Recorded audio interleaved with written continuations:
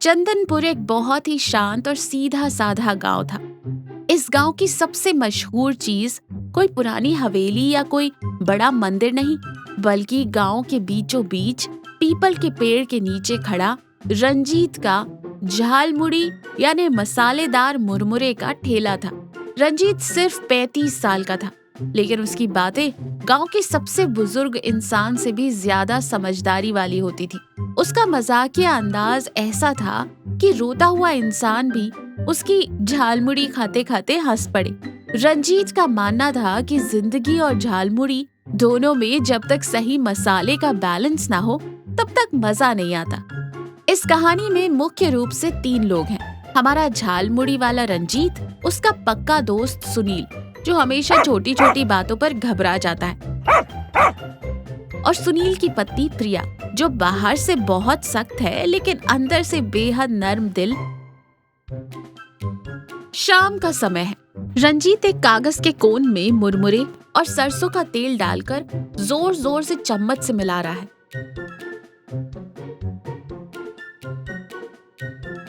तभी सुनील वहां आता है। सुनील का चेहरा ऐसा उतरा हुआ है जैसे किसी ने उसकी जमीन हड़प ली हो। रंजीत हंसते हुए कहता है, अरे सुनील बाबू, क्या बात है? आज चेहरा इतना सूखा हुआ क्यों है? प्रिया भाभी ने आज दाल में नमक ज्यादा डाल दिया क्या? या आज फिर से तुम्हें झाड़ू से भगाया है? सुनील रुआसा होकर कहता है, मजाक मत कर रंजीत, आज मैं सच में लुट गया हूँ, बर्बाद हो गया मैं। रंजीत चम्मच रोकते हुए गंभीरता से कहता है, क्या हुआ भाई? कोई बीमारी तो नहीं हो गई?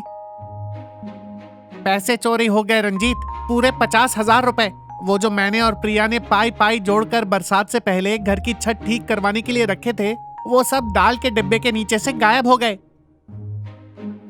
गायब हो गए? ऐसे कैसे गायब हो गए? क्या घर का ताला टूटा था? नहीं, ताला भी ठीक था। प्रिया सुबह खेत गई थी, मैं भी बाहर था। दोपहर को प्रिया ने डब्बा देखा तो पैसे नहीं थे।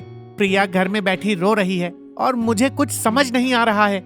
रंजीत सोच में पड़ जाता है। वो सुनील को एक सादी झालमुड़ी पकड़ाता है। तू ये खा और घर जा, मैं कल सुबह आता हूँ। चोरी ऐसे हवा में नहीं होती, कुछ ना कुछ सुराग तो होगा। सुनील सिर पकड़े बैठा है। प्रिया साड़ी के पल्लू से आंसू पोंछ रही है। रंजीत आंगन में आता है।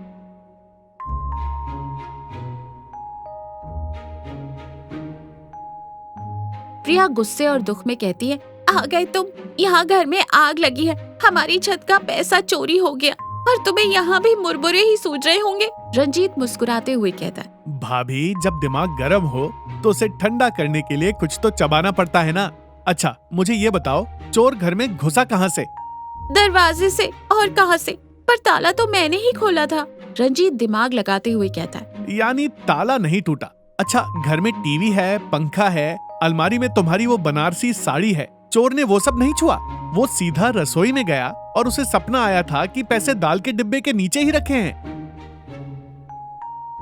अरे रंजीत, चोर आजकल बहुत होशियार हो गए हैं, उनके पास शायद कोई मशीन होगी नोट सूंघने वाली।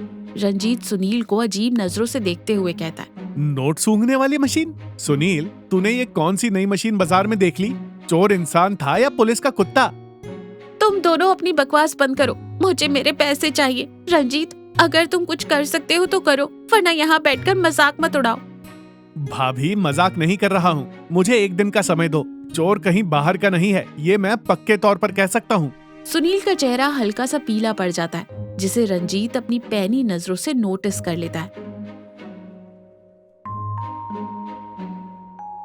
शाम का वक्त है। रंजीत अपने ठेले पर खड़ा प्याज काट रहा है।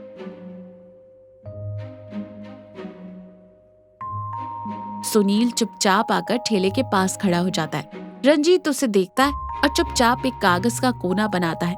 उसमें मुरमुरे, थोड़ी मीठी चटनी, मूंगफली और सेव डालता है। मिर्च बिल्कुल नहीं डालता। फिर वो कोन सुनील की तरफ बढ़ाते हुए कहता है, ले भाई, तेरी मीठी झालमुड़ी। यार रंजीत, तुझे पता है मेरे घर में चोरी हुई है, मेरा खाने का मन नहीं है और तू मुझे मीठी झालमुड़ी दे रहा है। मुझे तीखा पसंद है। मुझे पता है तुझे तीखा पसंद है, पर मुझे ये भी पता है कि परसों यानी जिस दिन चोरी हुई थी उससे एक दिन पहले तूने मेरे पास आकर 3 प्लेट मीठी झालमुड़ी खाई थी। सुनील हड़बड़ाते हुए कहता है, तो क्या हुआ? मीठा खाने से कोई चोर बन जाता है क्या? चोर नहीं बनता, लेकिन मुझे याद है पिछली बार तूने मीठी झालमुड़ी तब खाई थी जब तूने प्रिया भाभी की नई साड़ी प्रेस करते हुए जला दी थी और डर के मारे उसे संदूक के पीछे छुपा दिया था। तू जब भी कोई बड़ी गलती करता है या कुछ छुपाता है तो घबराहट में तुझे मीठा खाने की तलब होती है। तो तू पागल हो गया है रंजीत, तू मुझे चोर कह रहा है? अपने ही घर में कोई चोरी करता है क्या? यही तो मैं भी सोच रहा हूँ सुनील।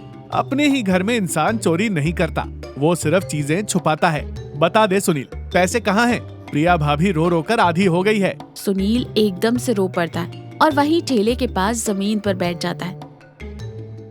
रंजीत सुनील को नदी किनारे ले जाता है ताकि गांव में कोई उन्हें देख न ले। सुनील अब भी सुबक रहा है। मैं चोर नहीं हूँ रंजीत, मैंने चोरी नहीं की। तो फिर सच क्या है? वो पैसे गए कहाँ? मेरी बहन का शहर से फोन आया था, उसके पति का एक्सीडेंट हो गया था और अस्पताल वालों ने तुरंत ऑपरेशन के लिए पैसे मांगे थे। मेरे पास और कोई रास्ता नहीं था, मैंने वो 50,000 रुपए निकालकर उसे भिजवा दिए। अरे यार, तो ये बात तूने भाभी को क्यों नहीं बताई? इसमें चोरी का नाटक करने की क्या जरूरत थी?